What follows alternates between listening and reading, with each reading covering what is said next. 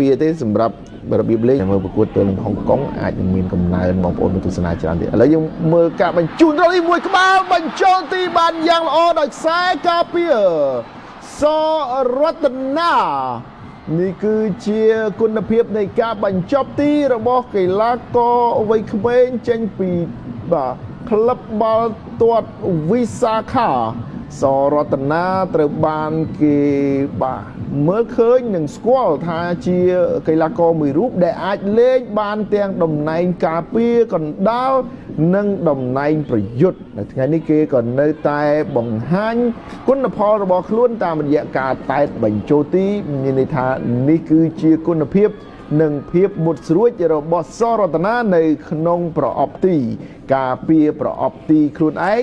ហើយក៏បំផោងសំណាញ់ទីនៅក្នុងប្រអប់ទីរបស់គូប្រជែងផងដែរការទាញផ្លាត់ត្រង់នេះបាទបះចំមុខខ្សែការពារប៊ូតុងហើយក៏បាទការទាត់បាល់បាទបញ្ជូនចូលមកក្នុងប្រអប់សរតនាតែបញ្ចូលទីគង់ទេបាទនៅតែអាចបន្តការប្រកួតបានប៉ុន្តែតំបន់របស់សវណ្ណគឺត្រូវការរត់ហើយនឹងបាទយកជើងឆ្វេងគឺជាជើងបាទជំនួយទប់ឥឡូវយើងមើលកាត់ទៅទៀតហើយតែត្រង់នេះអូយបាទតែទម្លាក់ឲ្យ Carter តែបាំងកីឡាករបាទបញ្ជូនដោយសុកយុទ្ធទៅតែទម្លាក់មកវិញបាទ Carter អត់បានចលនាទៅរកបាល់ទេមិញបាទណាមួយក៏បាំងកីឡាករហ្វុនស៊ូផងដែរបាល់ជ្រុងដោយស៊ីដានបញ្ជូនទៅតែមិនទាន់ទៅណាទេ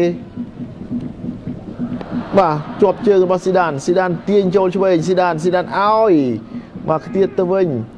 ខ្លីៗដោះខ្លួនពីប្រអប់ទីរបស់ខ្លួនឡើងមកខាងលើបាទគាត់បញ្ជូនចុះក្រោមវិញសិនបាទដេញតាមប្រជែងទាត់កាត់បំបុកដើម្បីយកបាល់ទាត់ជ្រុងរ៉ាប់រងដោយញៀនសុកស៊ីដានទៀតហើយបាទបំពេញជាតិទឹកដោយភាពជឿជាក់ជាមួយនឹងភេសជ្ជៈកីឡា V Active ផលិតផលក្នុងស្រុកតែគុណភាពនិងរសជាតិស្តង់ដារអន្តរជាតិបាទឈ្នះពីដៃមាស Mon Selection Award ដល់ទៅ4ឆ្នាំជាប់គ្នានិងឈ្នះពានពេជ្រពីកម្មវិធី Mon Selection Award ឆ្នាំ2026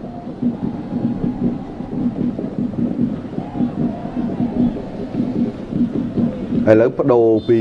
ស៊ីដានមកឲ្យយូដៃជាអ្នកទាត់វិញបាទយូដៃក៏លើកឡើងមកមួយក្បាលរបស់ Keda 2-0 Koulibaly Abdel Keda តែស្រួលដោយសារតែមើលភ្នែកគ្នាដឹងឈរនៅបង្គោលទី1បាទលោតគ្រវាសបញ្ច្រកចូលក្នុងសំណាញ់ទីយកគ្រាប់ទី2ឲ្យក្រុមជម្រើសជាតិកម្ពុជាបាល់ទាត់ចេញពីជ្រុងនេះគឺស្រាលល្អណាស់បាទមើលចុះយូដៃមិនបង្ខំទេគឺលើកមកដំណើរហើយ Koulibaly Abdel Keda បាទគឺគោះតាមដំណើរតែម្ដងថ្ងាសរបស់គាត់នេះគឺក្រលៀសបញ្ចូលទីបានយ៉ាងមានប្រសិទ្ធភាពបាទ2-0 38នាទីក្នុងពហុកីឡដ្ឋានជាតិអូឡ িম্প ិកបាទអ្នកគាំទ្រស្រែកអើងកង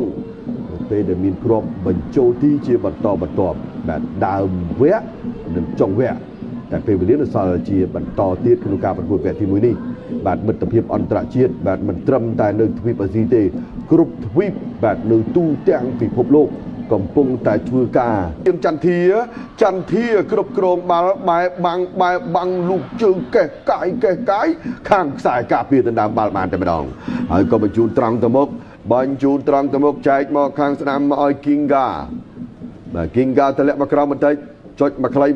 វាងមកនីតូទៅដាំបាល់បាននីតូអូទៅហើយនីតូកាប់មួយសិនហើយក៏ឲ្យ Koulibaly បើកមួយទៀតសូស៊ីដានប្រងទៅទាត់តែអត់ទេសាមៀអែលទម្លាក់ឲ្យស៊ីដានហើយមកក្រោយឲ្យអុកសវណ្ណមួយជើងនេះអ្នកចាំទីជះឡើងទៅខាងលើអូបាទអូមែនតើលោឆូឌីម៉ាមើលការបញ្ជូនបាទទម្លាក់មកស្មើជើងតែម្ដងអុកសុវណ្ណក៏ទាត់សម្ដៅទីស្អាតណាស់បាទទាត់ចេញពីជ្រុងទៀតហើយបាទរបស់ក្រុមជម្រើសជាតិកម្ពុជា បាទញឹមពព្រាយដាក់គ្នាអ្នកណាជាអ្នកទទួលភារកិច្ចគឺមិនផុតពីយូដៃទេបាទ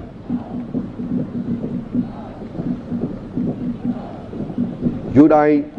បរោះដែលលើកដាក់ដូចអ្នករូបវិទ្យាអញ្ចឹងបាទចលនាគាត់លើកបែប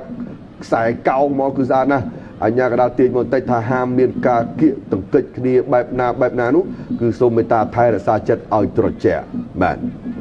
ទឹកពិសាប្រណិត V-Active នេះបើចង់ត្រជាក់ចិត្តបាទជាជម្រើសល្អបំផុតសម្រាប់ឆុងម្សៅទឹកដោះគោឲ្យកូនជាទីស្រឡាញ់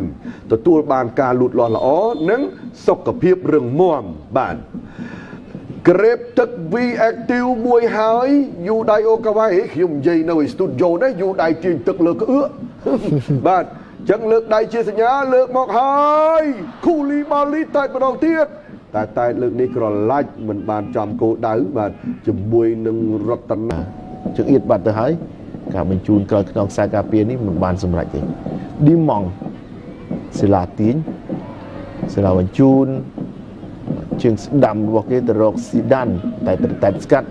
បាទឲ្យត្រង់នេះបាទមួយប៉ះបានយ៉ាងល្អទាត់ទីតែមិនផុតពីរនាំងការពាររបស់ឌីម៉ង់បញ្ជូនមកឲ្យអនត្រេនីអេតូចាំមួយសិនហើយក៏រុញបន្តមកសាំយូអែលឃើញចលនារបស់ចន្ទធាក៏ឲ្យបន្តទៅទៀតចន្ទធាឃើញទៅខាងក្នុងកាត់យកតែម្ដងមកផុតមួយនៅសល់មួយទៀតទាត់ទប់ត្រង់នេះទៀតឡើងទៅខាងលើអីយ៉ាក្លោមានសុកស៊ីដានថែមមួយទៀតថាប៉ះដៃហើយក៏ទាត់មួយជើងឡើងទៅខាងលើបាទតែងើយត្រង់នេះធ្លាក់ពីសុកយុទ្ធទៅដល់រតនាមកយូដៃវិញយូដៃបាទមួយប៉ះនីតូវិញសុកយុទ្ធស៊ីដាននីតូបាទបញ្ជូនចូលក្រោមរកបាទអ្នកចាំទីកែវសុកសិលាសរតនាមិនទុកបាល់យូរទេយូដៃក៏បានបាល់រួចសម្លឹងបាទសម្លឹងឆ្វេងសម្លឹងស្ដាំ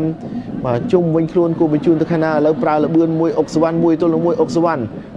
មង្វល់មួយជុំអុកសវណ្ណឲ្យស៊ីដានទម្លាក់មួយប៉ះយូដៃរុញបន្តមកកណ្ដាលឲ្យបែមួយប៉ះត្រង់នេះបាទខាដឺជាមួយនឹងស៊ីដាននៅមិញតែជាប់ត្រឹមខ្សែការពារការលេងមួយប៉ះពីខាដឺ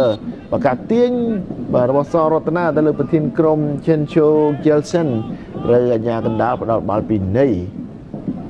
រងការទាត់បាល់ free kick តែក៏មិនទាត់ទៅខាងលើនោះដែរទម្លាក់មកខាងក្រោមលេងជាមួយខ្សែការពារខាងស្ដាំមួយប៉ះត្រង់នេះប៉ះផុតទៅតែនៅសល់ម្នាក់ទៀតចាំជួយឲ្យមកស្លាប់ខាងស្ដាំទៅមិនរួចជាមួយនឹង Andrei Eto